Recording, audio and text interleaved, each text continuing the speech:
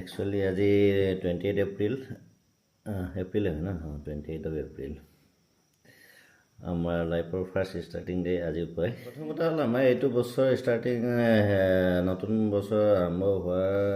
তাৰ আগৰ পৰাই 2 দিন আগৰ পৰাই আমাৰ হস্পিটেলৰ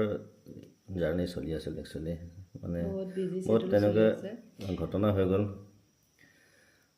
তেনেকুৱাতে সেয়া হস্পিটেল ঘৰ তেনেকুৱা হৈ আছিলে আৰু মনততো আছিলে বাৰু আগতে মাজতো আছিলে বাট আজিৰ দিনটোতে আকৌ কালি ৰাতি এটা ঘটনা হ'ল এইটো আকৌ হস্পিটেলৰ কেছেই হ'ল ৰাতিপুৱা আকৌ যাবলগীয়া হ'ল আজিৰ দিনটো এনেকৈ বিজি হৈ গ'ল তাৰপিছত আহি পটককৈ মনত পৰিলে দৌৰি গৈ এয়া বাকী একচুৱেলি হস্পিটেলৰ পৰা আহি ময়ো অলপমান জাষ্ট শুব লৈছিলোঁ আৰু সি দৌৰি বাহিৰলৈ গ'ল মই বোলো কি হ'ল বুলি ভাবিছোঁ তাৰপিছতহে মানে এয়া ৰেডি কৰি আনিছে আৰু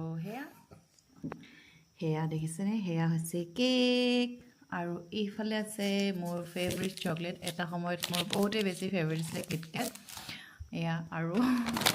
একচুৱেলি ৰেড লেছটো মোৰ বহুত ফেভৰেট আছিলে আৰু এইফালে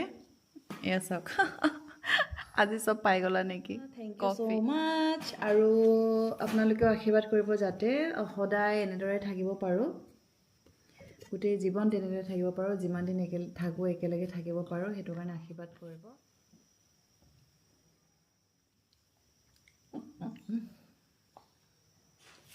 কিয়নো এইটো মোৰ পূৰা বিশ্বাস আশীৰ্বাদ মেইন আশীৰ্বাদৰ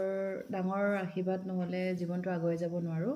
চ' আজিৰ দিনটোৰ বিবাহ বাৰ্ষিকৰ সেই বিশেষ দিনটোত আপোনালোক সকলোৰে পৰা আশীৰ্বাদ বিচাৰিলোঁ ন happy anniversary my dear love